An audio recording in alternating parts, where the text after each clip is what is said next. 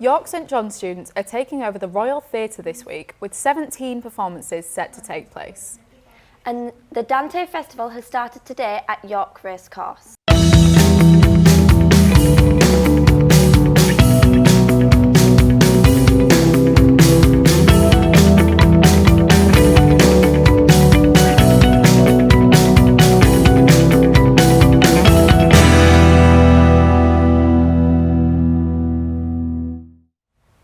Welcome to Yorkie News, the main news from around York today. I'm Gemma Booth. And I'm Harriet Dalby.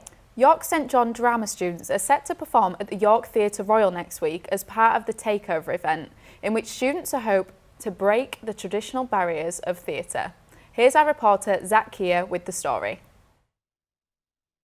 I'm here at York St John University, where students of drama, dance and other creative subjects have all been rehearsing ahead of their takeover of York Theatre Royal later this month. Their show will include a wide variety of different acts to showcase the students' different talents. Here to provide more insight on what the students have been up to is senior drama lecturer David Richmond. Takeover Festival happens at York Theatre Royal, and they've invited our third year drama, acting and drama and theatre and drama education community to take over the theatre for a week. And the students are performing with their work. I think we've got 7 student works there, and then they've booked 4 or 5 professional companies as well. So all the third year are in it, so they all their own shows, so they're in groups of 4 or 5, so they'll have 5 or 6 of their own works, but then they're also responsible for producing all the communications, the production management, the booking the other artists, the front of house. They literally take all the roles that a theatre includes. One of the great things is they are now seeing how a sort of a major regional theatre operates, because of course I'm sure as you're aware at university we don't have those resources. We know working in small studios, and so they have an audience the size of 50, there'll be an audience the size of 700. They won't get that, but that's the capacity. So it's just to understand how a theatre like that operates. And it's great on their CV, when they talk to other artists or other festivals. YSJ dance student Molly Sodden-Freeth has also spoken to us about her part in the takeover, as she will be involved in the dance trail on Tuesday the 23rd of May. So it's a dance trail and there's a lot of solos and trios going on. So I've got a solo in Clarence Gardens, and then I've got a trio in St Anthony's Gardens, which is next to the city walls. So you just walk around the city centre from place to place watching these different movement sequences. We're doing it as like a module. It's a site-specific dance module, and this is like what we are assessed on. So it's a 5-minute solo and then a 3-minute trio, and we have to also write like a portfolio explaining about what our process was. Looks like the York Theatre Royal is in for a very thrilling week. I'm Zach Keir, back to you in the studio. Dante Festival has begun today as part of the 3-day celebration at York Racecourse. Our reporter George Hartley went to the event.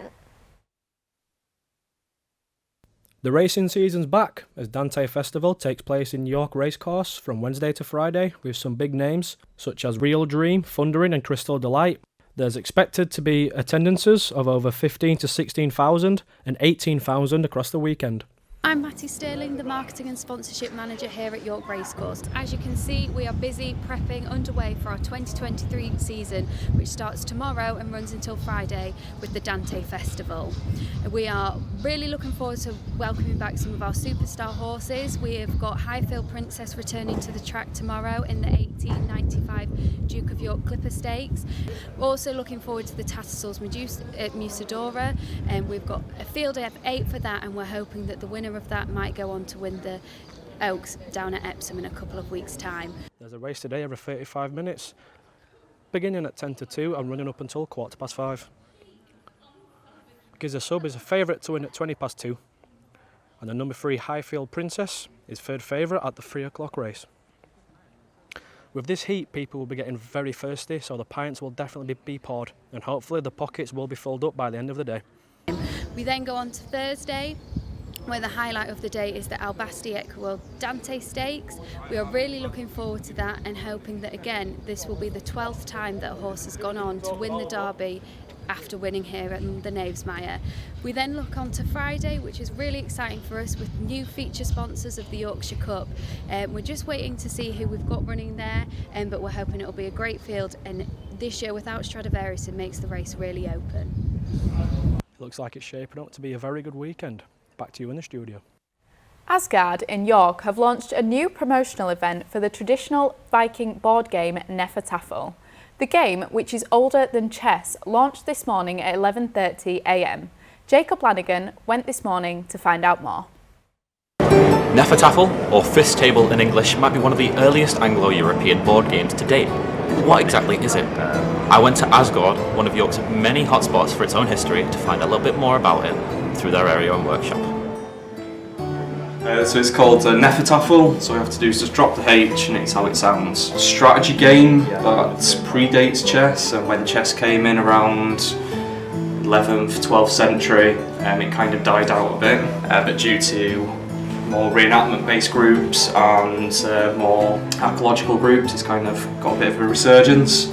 It's a really simple game to play, and unlike chess I find it a bit more strategically more interesting, just because you're not playing directly opposite, you're having to play on all four sides, so it's a bit more tactically challenging. The idea is there's the king and the king's men in the centre, and you've got to either try and escape your pursuers or attackers to get to one of the corners, which are the base camps, and if you're playing as the attackers, to either close in so much there's no available moves, or to capture the king. You all move like a rook in chess, so many forward, many to sides, many back as you want. There's no diagonal moves, and it's just one turn each.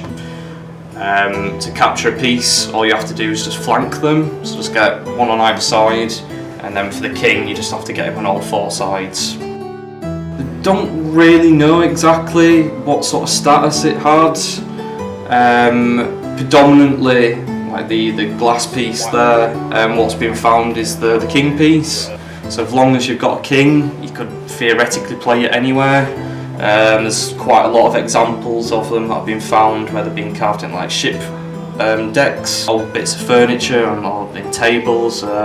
As long as it's got an odd number of squares, you can play the game. So they've ranged right from 7x7 up to 15x15. And with that, the tactical challenge is totally different, but there's over about 300 different different versions. So could Nefertafl make a modern return? It's in York's nature to stay in its own roots. Back to you in the studio. Thank you, Jacob. The famous Shambles stall, Dark Horse Espresso, is expanding into a new venue later this year. This comes after the success of their first location. Here's our reporter Molly Lodge with more details. We recently found out that the Dark Horse Espresso bar is expanding. I spoke to Laura Edwards to find out more. This is the Dark Horse Espresso bar. It's actually evolved from just a horse box, really. The whole inspiration, I'd say, behind the Dark Horse comes from our experience together in Australia. So I went backpacking in 2003 and I met my husband, who's the other half of the Dark Horse. So the new shop's going to be on Bishopthorpe Road. We've actually been driving past that particular site for the last few years on our way in and out of work, and thought what a great spot that would make for a cafe. And it came up for lease, and it was too good an opportunity not to try and see if we could turn it into a cafe. The location on Bishopthorpe Road nestles itself closely to Roundtree Park and the racecourse. With large windows that apparently get the sun all year round, people can enjoy the elements without the exposure of the markets.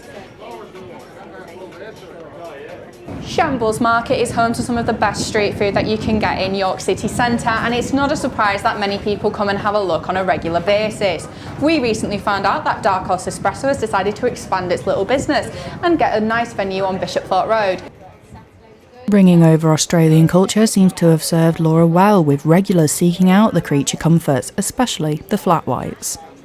I found out about Laura in the Christmas of 2018. I was working for 2019, sorry. I was working for Shambles Kitchen on the market, and we were all exhausted all the time, and Laura's coffee was essentially all that got us through. I love the fact that they use like the Anzac biscuits and like all the Australian techniques that we just don't really have over here. You can't really get a good flat white in York, and Laura just like sort of fills that gap of good coffee, good customer service and good produce. Dark Horse Espresso will be keeping their shambles pitch well into this adventure. This has been Molly Lodge for Yorkie News. And now for the news in brief. 2 teenagers girls have gone missing from their home in York yesterday. They are presumed to either be in the York or Hull area. The 2 girls, Kira aged 14 and Katie aged 15, were believed to have been travelling with 2 males who have not been identified.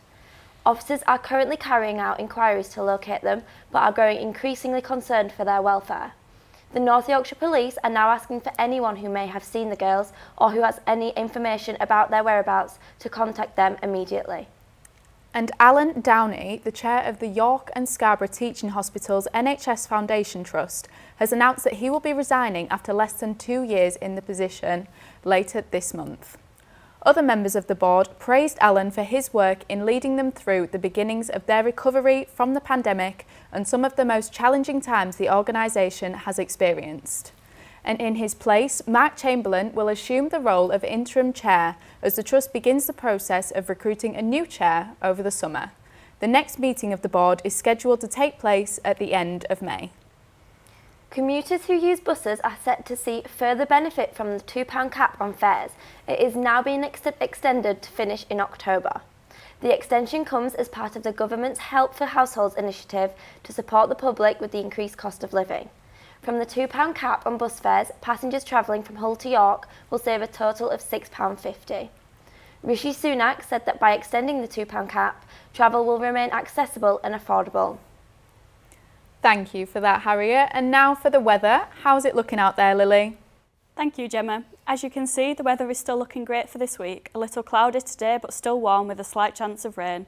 As the day goes on, the temperature will cool, remaining at 12 degrees at 10 p.m. tonight. As for tomorrow, there is a higher chance of rain during the afternoon, but temperatures remain high all day. Looking to the weekend, Saturday is still looking warm, reaching 16 degrees in the afternoon. Let's hope the sun stays for a little while longer. And that's all from the Yorkie today. Thank you for joining us for a roundup of today's events. Goodbye. Goodbye.